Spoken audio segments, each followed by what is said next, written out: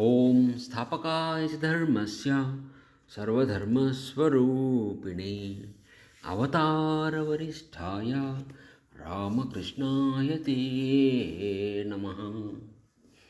అందరికీ నమస్కారం.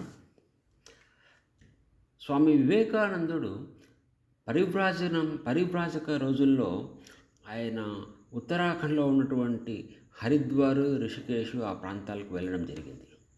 అలా పర్యటిస్తున్నప్పుడు ఆయన అక్కడ ఉన్నటువంటి సాధువులు మరియు ప్రజలు వారందరూ సరియైన వైద్య సదుపాయం లేకుండా ఎంతో ఇబ్బంది పడటం చూశాడు. దాని కారణంగా ఆయన చాలా దుఃఖించారు. సో ఆ పని నిమిత్తము 1901లో స్వామీజీ తన శిష్యుడు స్వామి కళ్యాణానంద అనే ఆయనతో చెప్పాడు, కళ్యాణ్, నువ్వు అక్కడికి వెళ్ళి ఆ సాధువులకు జనులకు సేవ చేయి, వైద్య సదుపాయం లేకుండా వాళ్ళు ఎంతో కష్టపడుతున్నా వాళ్ళకి సేవ చేయి ఆ విధంగా అని చెప్పాడు. ఆయన పైగా కళ్యాణానంద కూడా ఆశీర్వదించాడు, నువ్వు పరమహంస అవుతావు అని కూడా ఆశీర్వదించాడు. బెంగాల్ను మర్చిపో, అక్కడ వాళ్ళకి సేవ చెయ్యి అని చెప్పాడు. స్వామి సర్వగతానందజీని తెలుగు స్వామీజీ అప్పుడు కళ్యాణానంద స్వామితో అక్కడ కన్కల్ కన్కల్ అంటే హరిద్వార్ నుండి 3 కిలోమీటర్లు. ఆ కన్కల్ సేవాశ్రమంలో ఉన్నాడు ఆయనతో పాటు కలిసి. సర్వగతానందజీ తర్వాత కాలంలో బోస్టన్ సెంటర్కు అధ్యక్షుడిగా కూడా ఉన్నాడు. ఆ సర్వగతానందజీ యొక్క పుస్తకం ఒకటి ఉంది, యూ విల్ బీ ఏ పరమహంస అని. అది ఆ పుస్తకం. దాంట్లో అన్ని ఆ వివరాలన్నీ రాశాడు. ఆశ్రమం ఏ విధంగా ఉండేది ఆ రోజుల్లో. ఆ పుస్తకం రామకృష్ణ ప్రభుల సీరియల్గా కూడా వచ్చింది, యూ విల్ బీ ఏ పరమహంస అనే పుస్తకం.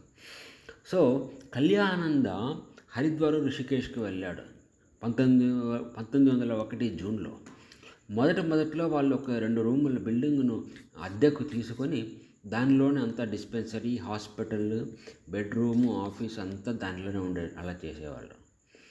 ఆ కళ్యాణానందుడు వెళ్ళి ఎవరన్నా జబ్బు చేసి ఉన్నటువంటి సాధువులను కొరకు వెతికి వాళ్ళని హాస్పిటల్కి తీసుకువచ్చి చికిత్స ఇప్పించేవాడు. ఉచితంగానే చేసేవాడంతా. ఆయన వాళ్ళకు కావలసిన భోజనం కూడా ఆయన ఏర్పాటు చేసేవాడు, మెడిసిన్స్ కూడా ఇచ్చేవాడు, మరియు వాళ్ళని శుభ్రం చేయడం ఇటువంటి పనులు కూడా చేసేవాడు. ఆయన తాను స్వయంగా భిక్షాటన మీద జీవిస్తూ అలా వచ్చిన వాళ్ళకు మెడిసిన్స్ ఇచ్చేవాడు. మరియు సపోజ్ కుటీరం నుండి బయటికి రాలేని స్థితిలో ఎవరైనా ఉంటే అలా ఉంటే అక్కడికి వెళ్ళి వాళ్ళకి ఔషధాలు ఇచ్చేవాడు. తర్వాత ఆయనతో పాటు ఇంకో స్వామి నిశ్చయానంద అని స్వామీజీ యొక్క ఇంకొక శిష్యుడు, ఆయన కూడా వాళ్ళిద్దరూ కలిసి ఎంతో పని చేశారు. ఈ నిశ్చయానందుడు హరిద్వార్ టు రిషికేశ్ అబౌట్ 20 కిలోమీటర్లు. రోజు రిషికేశ్కు మందుల డబ్బా ఎత్తుకుపోయి వెళ్ళాడు. నడుచుకుంటూ వచ్చేవాడు, రిషికేశ్కి వెళ్ళి వచ్చేవాడు. ఆ విధంగా వాళ్ళు సేవ చేసేవాళ్ళు. ఈ విధంగా వైద్య చికిత్సే కాకుండా సపోజ్ ఎవరైనా సాధువులు కనుక మరణిస్తే అప్పుడు వాళ్ళకు అంత్యక్రియలు కూడా వీళ్ళు చేసేవాళ్ళు.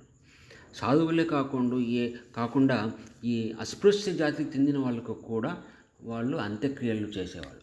దీని కారణంగా అక్కడ ఉన్నటువంటి సాంప్రదాయకమైనటువంటి సన్యాసులకు ఇది నచ్చలేదు. వాళ్ళు వీరిద్దరిని భంగీ సాధువులు అని పిలిచేవాళ్ళు. భంగీ అంటే పాకీ పని చేసేవాడు, అంటే మరుగుదొడ్డి శుభ్రం చేసేవాడు. ఆ విధంగా భంగీ సాధువులు అని పిలిచేవారు. అయితే రిషికేశ్లో కైలాసాశ్రమం అని ఒక ఆశ్రమం ఉంది. దాని యొక్క అధ్యక్షుడు స్వామి ధనరాజ్ గిరి. ఆయన మహామండలేశ్వర స్వామీజీ, అంటే అక్కడ ఉన్నటువంటి సాధు సమాజానికి అధిపతిగా అని చెప్పవచ్చు. ఆయన స్వామి వివేకానందుడు ఆయన కలిశాడు, మరియు స్వామి అభేదానంద ఆయన దగ్గర వేదాంతం చదువుకున్నాడు. ఆయనకు బాగా మంచి గౌరవం ఉండేది వీళ్ళ కళ్యాణానంద స్వామి పట్ల, వాళ్ళు చేసే కార్యక్రమాల పట్ల. ఒకసారి అక్కడ ఒక ఆశ్రమంలో సాధువు భండారా నిర్వహించారు. భండారా అంటే విందు భోజనం. ఆ విధంగా ఆ సాధువు భండారా నిర్వహించినప్పుడు ఈ ధనరాజ్గిరి స్వామీజీ ఆయన ముఖ్య అతిథిగా అక్కడికి వెళ్ళాడు. అయితే అక్కడ ఈ కళ్యాణానంద, నిశ్చయానంద వీళ్ళిద్దరు అక్కడ లేరు. వాళ్ళకి ఆహ్వానం ఇవ్వలేదు, అందువల్ల వాళ్ళు రాలేదు. ఆయన అడిగారు, ఏంటి వాళ్ళిద్దరు రాలేదు, ఏమిటి విషయం అంటే వాళ్ళు చెప్పారు, మేము వాళ్ళని పిలవలేదు స్వామీజీ, ఆహ్వానించలేదు అన్నాడు. అప్పుడు ఆ ధనరాజ్గిరి చెప్పాడు, మనమందరము వేదాంతాన్ని కేవలం నోటి మాటతోనే సరిపెట్టుకుంటున్నాం. అయితే వేదాంతాన్ని సర్వం కల్విదం బ్రహ్మ, సర్వము బ్రహ్మమే అన్న విషయాన్ని ఆచరణలో చేస్తున్న వాళ్ళే. మీరు వాళ్ళని పిలిపించండి, లేకపోతే నేను మీ ఆహ్వానాన్ని మన్నించను, నేను వెళ్ళిపోతాను అని చెప్పాడు. అప్పుడు వాళ్ళిద్దరిని పిలిపించడం జరిగింది. అప్పటి నుండి సాధు సమాజం యొక్క వైఖరి వాళ్ళ పట్ల బాగా ఉండేది.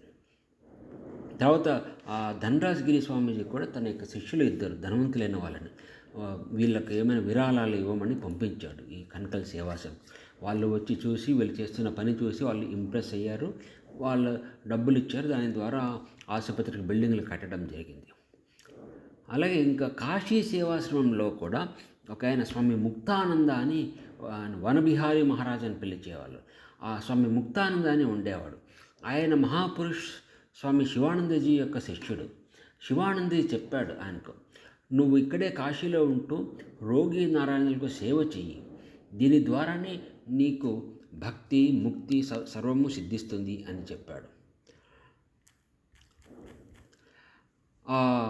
ముక్తానంద డ్రెస్సింగ్ యూనిట్లో పనిచేసేవాడు, సర్జరీ డిపార్ట్మెంట్లో. అంటే కట్టే పని చేసేవాడు. ఆయన దాదాపు 35 సంవత్సరాల పాటు ఆ పని చేశాడు. రోజుకు 40-50 గాయాలకు కట్టేవాడు అక్కడ. వృద్ధాప్యంలో ఉన్నప్పుడు కూడా వీల్చైర్ మీద నుండి వచ్చి కూడా ఆ పని కట్టే పని చేసేవాడు. ఆయన దగ్గర కట్టించుకోవడానికి చాలా డిమాండ్ ఉండేది. ఆయన కనుక కడితే తొందరగా నయం అయిపోతుంది అని జనులు అనుకునేవాళ్ళు. ఈవెన్ సీనియర్ సర్జన్స్ వాళ్ళు కూడా అలాగే నమ్మేవాళ్ళు. స్వామి వీరేశ్వరానందజీ ఆయనను జీవంతో ఉన్నటువంటి విశ్వనాథుడు అని చెప్పాడు. ఆ వన్ బిహారీ మహారాజ్ ముక్తానందజీ ఆయన 1996లో మహాసమాధి చెందారు. స్వామి వివేకానందుడు స్వామి నిశ్చయానందకి ఒకసారి చెప్పాడు, నువ్వు ఏమీ చేయలేకపోయినా సరే కనీసం ఒక పని చేయి, ఒక పైసా పెట్టి ఒక మట్టి కుండ కొని వీధి కార్నర్లో నిలబడి వచ్చే పై వాళ్ళకు మంచినీటిని తాగడానికి అది చేసినా కూడా అదే చాలు అని చెప్పాడు. ఈ రామకృష్ణ మిషన్ యొక్క సేవా కార్యక్రమాలను చూసి మిగతా సన్యాస సంస్థలు కొన్ని వాళ్ళు కూడా, ఉదాహరణకు స్వామి నారాయణ సంస్థ, భారత్ సేవాశ్రమం, మాతా అమృతానందమయ్యి ఆశ్రమము, దయానంద సరస్వతి ఆశ్రమం వాళ్ళు కూడా ఆ విధంగా సేవా కార్యక్రమాలను మొదలుపెట్టారు, చేస్తున్నారు కూడా.